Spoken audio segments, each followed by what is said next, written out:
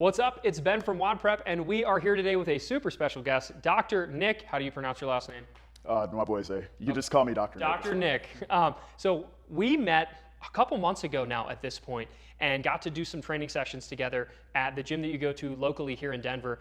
And I reached out to you and said, hey, I want to host you here at WODprep headquarters and teach you something.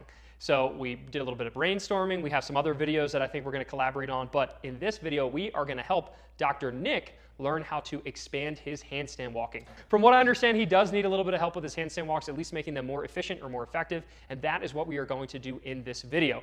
Really quick, if you are working on handstand walks, we have a bunch of free training. If you stick around to the end of the video, I'll tell you where you can get the ultimate guide to handstand walking delivered to your email inbox completely free. And I also have a full-fledged handstand walking course that I would love to invite you to join. Last but not least, before we get started in the video, Dr. Nick, you are actually a medical doctor, right? You're an MD, you're not various other forms of doctors. You are someone whose full-time job is teaching people how to live happier, healthier lives, right? Absolutely. Awesome. And as you can see with his shirt, he actually does CrossFit, which, believe it or not, is a pretty awesome thing to find in a doctor. If you want to learn more about Dr. Nick and follow him, he releases some of the best content I've seen on Instagram. You can check out his Instagram profile, Instagram handle down below. I watch it all the time because he's always trying to optimize every little thing about his life to make him a fitter individual. And thank God his shirt's still on because he is absolutely shredded. So we're just going to have you keep that on. And now let's dig into teaching Dr. Nick how to do handstand walks. All right, dude, let's learn handstand walks. So first things first, tell me a little bit more about your handstand walk experience. Can you make any steps? Have you done workouts with handstand walks? Give me a little background. Yeah, I can make a couple steps, right, Okay. before falling over. So I would say maybe 5 to 10 feet. I can walk a couple steps, and then I tend to fall over with my feet coming back the same direction as opposed to feet overhead. Yeah. Cool. I've been CrossFitting now for 10 or 11 years. I've consistently not been good at them. Yep. I think part of it is that I'm really anal retentive about trying to keep my feet together and pointed, as opposed to letting things break down a little, which intuitively I know that's not correct. Every other thing in CrossFit that you get the first time, it looks like garbage, right? And then you clean it up, you refine it as you're able to do it. For whatever reason with handstand walks, You want it to look perfect, okay? Exactly. All right, well, I can't promise you that we're going to make you be able to walk flawlessly, perfectly for extended distances because actually in one of our most recent videos that we made, we actually had a pretty lengthy discussion on why for CrossFit, having a perfect, what we would call a gymnastics handstand walk isn't necessarily necessary. It's actually something that if you look at a lot of the higher level athletes like Matt Frazier's and Rich Froning's and several of the females, they let their legs relax because all that matters in CrossFit is not necessarily the control of the handstand walk. We're not, we're not being asked to stop on a dime. We're not being able to spin, or we're not being asked to spin around. We're asked to go from point A to point B quickly, right? So while I'm not going to say it's better if you bend your legs and look like a scorpion, I will say that there are a couple little nuanced things that we'll practice.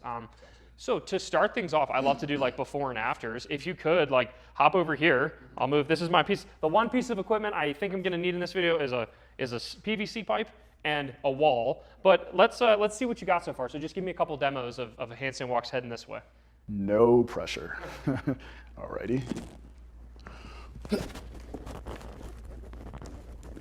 It's pretty good. It's pretty darn good. That's way better than I was expecting. All right, try one more. Okay.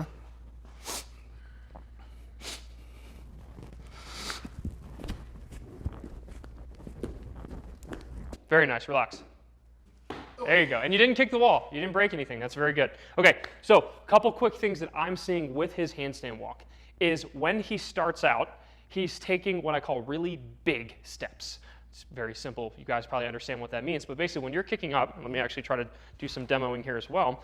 When you're kicking up, you're really reaching, and that's causing you to fall down. A lot of times when I get people to start their handstand walk, I want them to take nice choppy steps.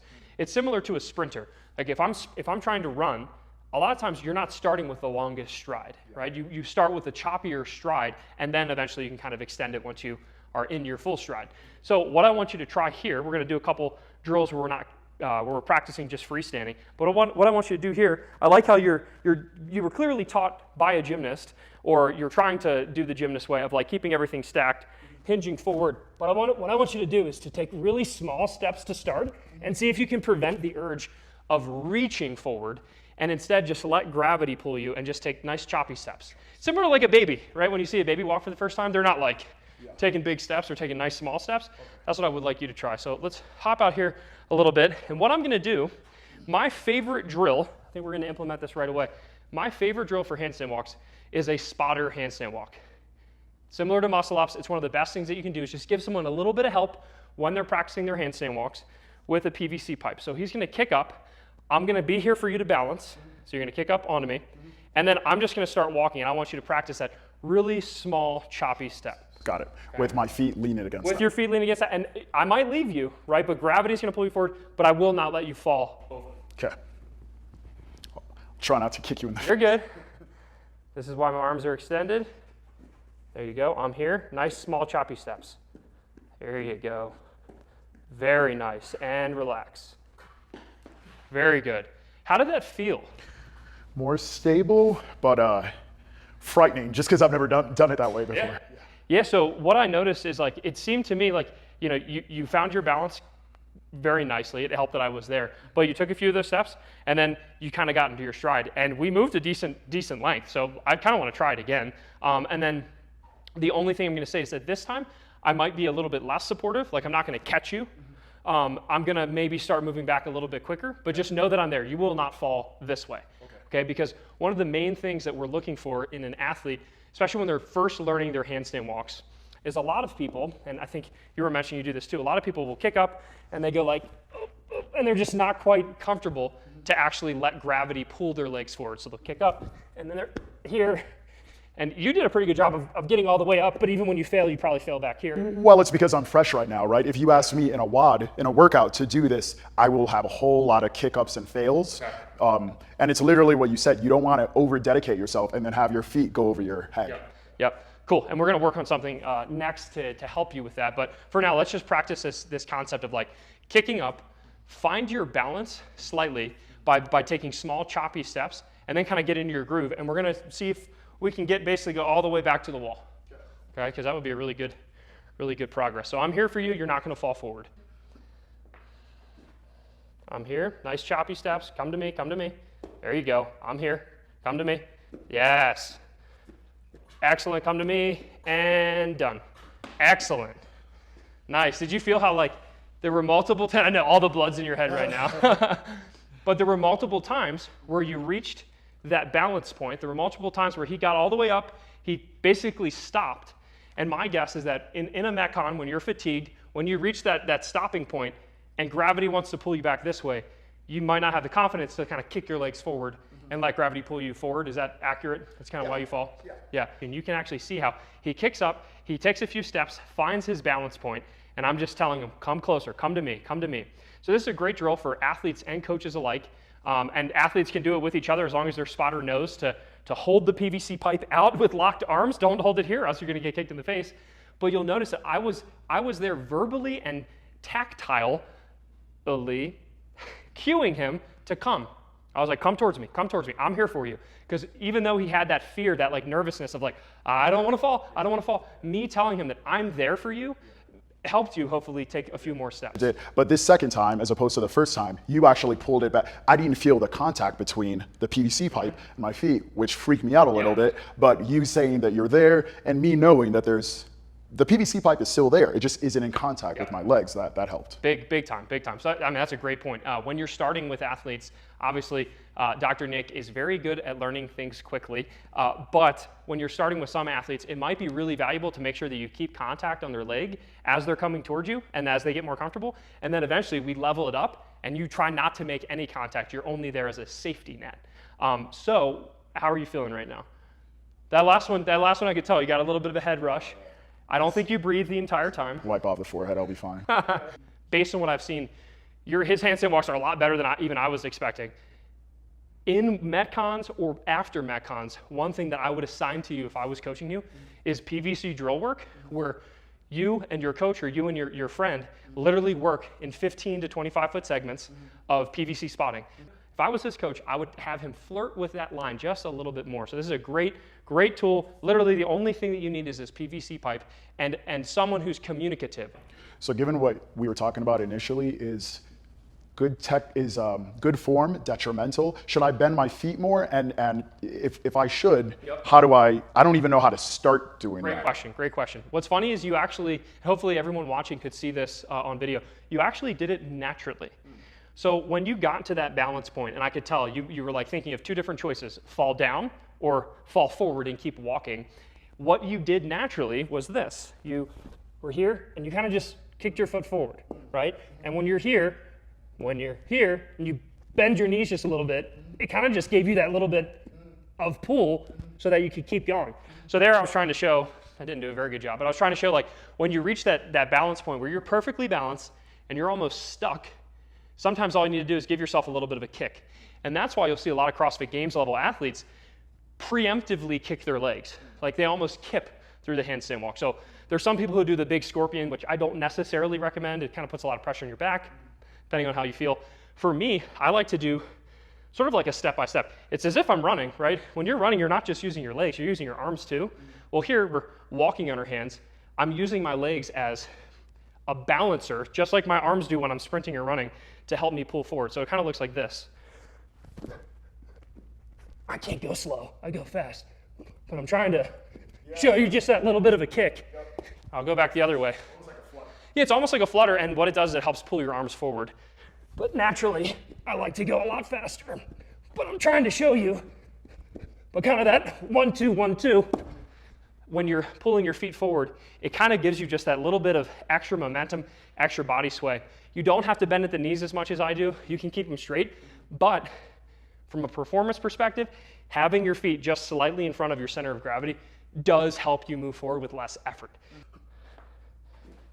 I'm here, keep coming. I'm here. Nice. Very good. I couldn't outrun you there. And relax.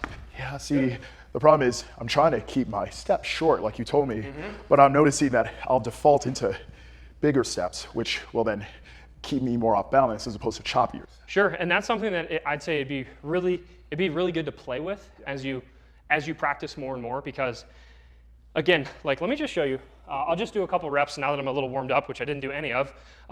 When I kick up, I tend to start choppy. But then once I have my momentum, I let the big steps happen. And so I wouldn't necessarily restrict yourself to small steps the whole set. I would say just like we're, it's like a car gearing up, which we wouldn't know because our cars don't have gears, right? But it's like a car gearing up.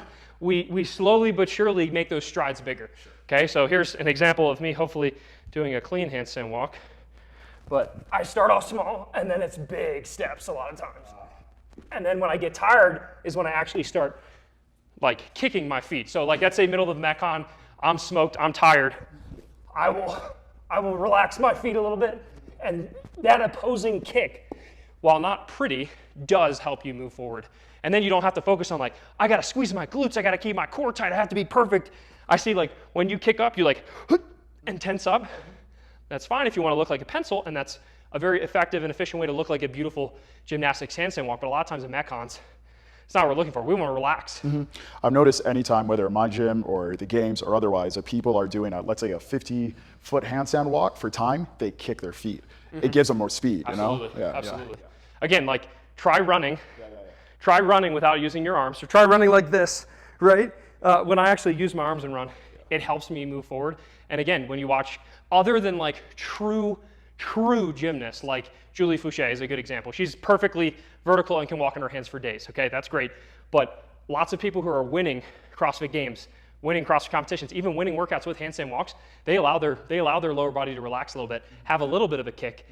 Just like with ring muscle ups, butterfly pull-ups, things like that, I like to see people learn efficiently, which you've done a great job with, but then when it's time to expand reps, when it's time to extend our sets, sometimes relaxing a couple areas of bendiness are okay, and it helps you cycle more effectively and quickly. Yeah, it's like 75-pound snatches in the workout. If you ask me to do 20 of them, I'm not going to do power snatches. I'm going to muscle snatch that. Right, exactly. It's not efficient, but it's quick. Right, exactly. So let's hop on the wall. And let's say if Nick was someone who was not very good at handstand walks at all, and I was trying to gauge whether or not he was even ready for them. One of my favorite drills is just simply kicking up to the wall and practicing shoulder taps. So here's what it looks like. All I want you to do is, just like you were getting set for your handstand walk, kick up to the wall. And then from here, what we're going to do is practice tapping our shoulder. Okay, so what we're doing is I'm practicing switching my weight from one hand to the next. Okay. Same side shoulder or opposite shoulder? It can be same side, it can be opposite. Or if you want a slightly easier version, because facing out is harder, slightly easier version is facing the wall and practicing this way.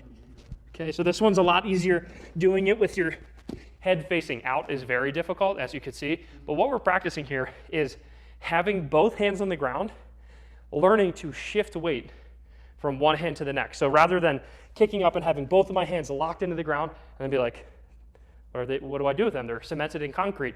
You're practicing shifting weight, which just like when we're actually doing the handstand walk, that's what you're doing. You're shifting weight from one hand to the next. So let's start with a couple nose facing the wall. So do like a wall walk. And try to get as close to the wall as possible. Because again, this simulates you being upside down. Remember these from the open. See how good your wall walks are. There you go. And then get as close to the wall as possible. Try to get those feet together just like you would off the wall. There you go. And then try shifting weight. You can start without even reaching. There you go. Good. Just back and forth. Yep, back and forth in one fluid motion. There you go. Excellent. Do 3 more. 1, 2, 3, and relax. You can kick it off or you can walk down. There you go. Ow. You all right? Yeah, sorry. No, I'm surprised you didn't just punch a hole in the wall because you're so strong. So one thing you'll see, it is difficult to really learn how to transfer that weight from side to side. So if you're working with an athlete or you are an athlete that can't quite reach your hand all the way up to your shoulder like this, let's say you're upside down and you're like, I can't do anything. What we can practice is just actually lifting our hands. Just simply this, right? You don't have to reach all the way up to your shoulders, which is harder and requires more balance.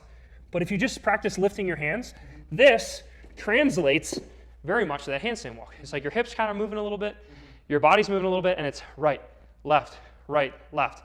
And you'll notice that when I'm practicing that, I'm doing it in one fluid motion. I'm not going, common mistake that a lot of people make is this right here where they go,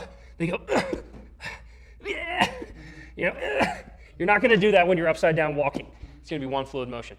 So let's have you nose facing the wall, do another wall walk. So do that wall walk, and then practice your first couple, just kind of barely lifting your hands. Feel the rhythm, and then once you feel that rhythm, then you can start reaching. There you go. And then as you feel it, so you can get all the way to the shoulder. Nice. Very good. Do like 4 or 5 more. And relax. There you go. So. Oh, I gotta breathe when I don't breathe. I gotta. You don't breathe. Okay. Oh man. So this is another example of why. All right. So him doing handstand walks would be great for him, but what we are noticing is that him, like a lot of other athletes, actually forget to breathe when they're upside down. There's some people who do it with double unders. There's some people who do it with pull-ups, oddly enough.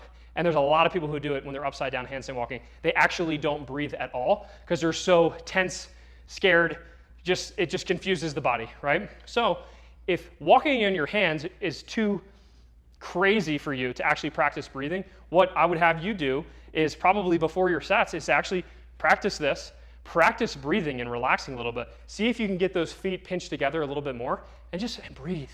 You know, like see if you can relax and still get that flow. Because if we can kick up and walk in a much more relaxed state, that's going to translate to longer sets, less fatigue, things like that. So for this last set, let's kick up, try it again, maybe a set of 10. And this time just try to breathe and try to keep those legs together. Because I think that was one thing is like legs started to spread apart and then that caused you to fall off the wall. Let's try to keep them together just like you do in your handstand walks. And just really focus on tight core, but still like nice controlled, purposeful breathing. All right, set of 10.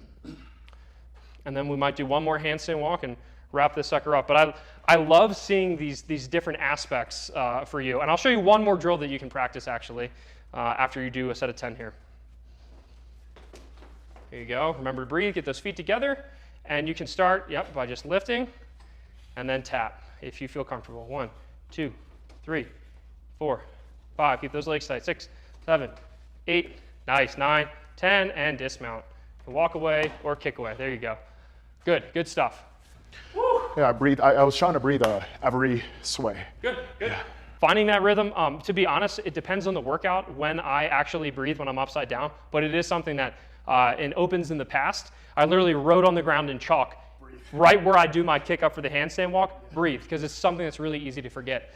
So the last thing, and you can try it if you want, I know we're getting you nice and tired, and he did just come from a workout, but one thing that I like to do to combine the two is, and I'll show you, is going up on the wall, doing some shoulder taps, and then doing what's called a walk away. So when we're in this shoulder tap position, nose against the wall, we're already more than halfway there. We're upside down, we're fatigued. It's probably the best chance for you to practice your handstand walks, right? Because you're already in perfect position and you're already tired. So here's what I'm gonna do, and this is something you can try if you want. And you actually could combine this with the PVC pipe drill if you wanted to, but we won't need to, hopefully. So you'd do your wall walk, do your shoulder taps. So 1, 2, 3, 4, 5, 6, 7, 8, 9, 10, and then kick away from the wall and practice walking. So you kick with both feet, 1 foot? All I did, really all I'm doing is I'm kind of stuck on the wall at that point because I'm tired and my weight's weighing that way. I just took one leg and kind of pushed it off the wall. It basically, if you try to use your hands, your feet are going to stay on the wall. It's just to get myself to a true vertical position, and so I just kind of tap my foot off the wall. If you want to try it, you can. Feels awkward. You could, if you wanted to do, walk up, do just a couple, and then see if you can walk away. Yeah, I think I'm more comfortable with, because 10 exhausts me. Okay. So let's do like maybe 4 to 6. Yeah, let's try it. Do you want me to spot you at all, or do you want to try it free? Yeah, that's it, yeah. Just remember, I'm here, so you can keep coming forward. And don't kick me in the face in front of all the YouTube people. No promises. All right. Remember some deep breaths. Let's do 4 taps. 1, 2, 3, 4. Find your balance, and then I'm here for you. I'm here. There you go. I'm here. I'm here. There you go. You're fine. Yeah, so what we're finding, hopefully everyone's noticing this at home, is you're having a tendency to kind of fade to the right. You're falling to the right, and that's your right hand dominant. Okay, so just something to notice. It's okay if you always dismount to the right. We actually do have people practice dismounting to both sides, so they're comfortable with it. But that's just something to notice. We've done a lot of work for you, especially like if you're not very much exposed, and I know you did a bunch of double unders today, but if you're not exposed to a lot of upside down time, just this video alone has been a lot of work for you. So I think you've done a great job. If I was giving him homework, if I was giving him programming, first of all, I would say, hey, go buy our Handstand Walk Hero course, because it's amazing. And I can slide you a good discount. But I would tell him to go get that. But realistically, if you just want to work on handstands, taking a few of these drills, practice 2 to 3 times per week, 15 to 20 minutes, maybe even less, because it is pretty fatiguing, per session. And all you need is a wall and a PVC pipe, and maybe a spotter. But practicing those kick-ups where you're walking into the PVC pipe, that would be a great one for you. And then I actually thought you were going to be a little bit stronger on the wall, but noticing how fatigued that made you, then I would definitely spend some time up there, try to work up.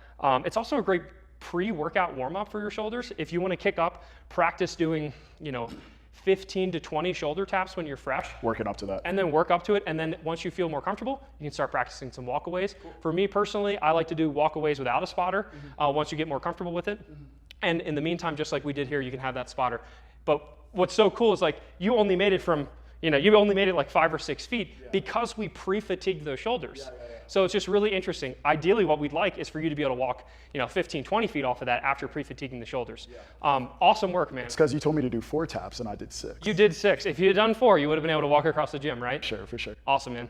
I hope that you liked that video. I think we made some pretty good progress. What were some of your biggest takeaways or biggest aha moments? So the PVC pipe, I don't know if you guys can see this given the angle, but the PVC is right here. The PVC drill was very helpful. It kind of gave me the reassurance that I wasn't going to fall over, that you were there, that there was a safety, a fallback mechanism, so to speak, and then you also telling me to shorten up my chops, which to be honest, I don't think anyone's ever told me that before. And the analogy that you use with running made intuitive sense to me, right? If you start out a run, you start out with shorter strides, and then as you feel more confident, you open it up. So that definitely helped. I think, you know, my biggest takeaways are every day after the workout when I'm fatigued to either do some shoulder taps or to do some PVC walk away drills with a friend. I have definitely found that to be helpful in the past, specifically with double under. In the 5 or 6 years ago, you know, when I was really bad at double unders, I would, after the workout, I would rest 2 minutes when my heart rate was still elevated, and I would try to do 100. And that conferred a certain amount of confidence in the future when I was actually tired during workouts. Said, hey, even when you're dead tired, you can do these, right? So consistent, fatigued practice is huge. And then actually taking time, he's not just gonna wait for handstand walks to be programmed in his workouts. He's actually gonna say, hey, for the next, I don't know, 8 weeks, 10 weeks, something like that, I'm gonna dedicate maybe 2 or 3 sessions per week of just handstand walk practice. That's gonna take you really far. Awesome, I love it, and I love what you said about having a little bit more confidence, just knowing that someone was there to spot you and you felt like you could walk longer. I love it. So if you are someone who wants to learn some drills just like we taught you today and wants actual handstand walk programming, we have a couple different options for you. We have a free training guide that gives you a little taste of it called The Ultimate Guide to Handstand Walks, and you can download that or go to WODprep.com/HSW, or you can click the link in the top comment or in the description below. If you're someone who's very serious about learning handstand walks, if you're someone who's like, hey, I want the fastest progress possible and I want to make sure that I'm doing it right, just tell me what to do, Ben.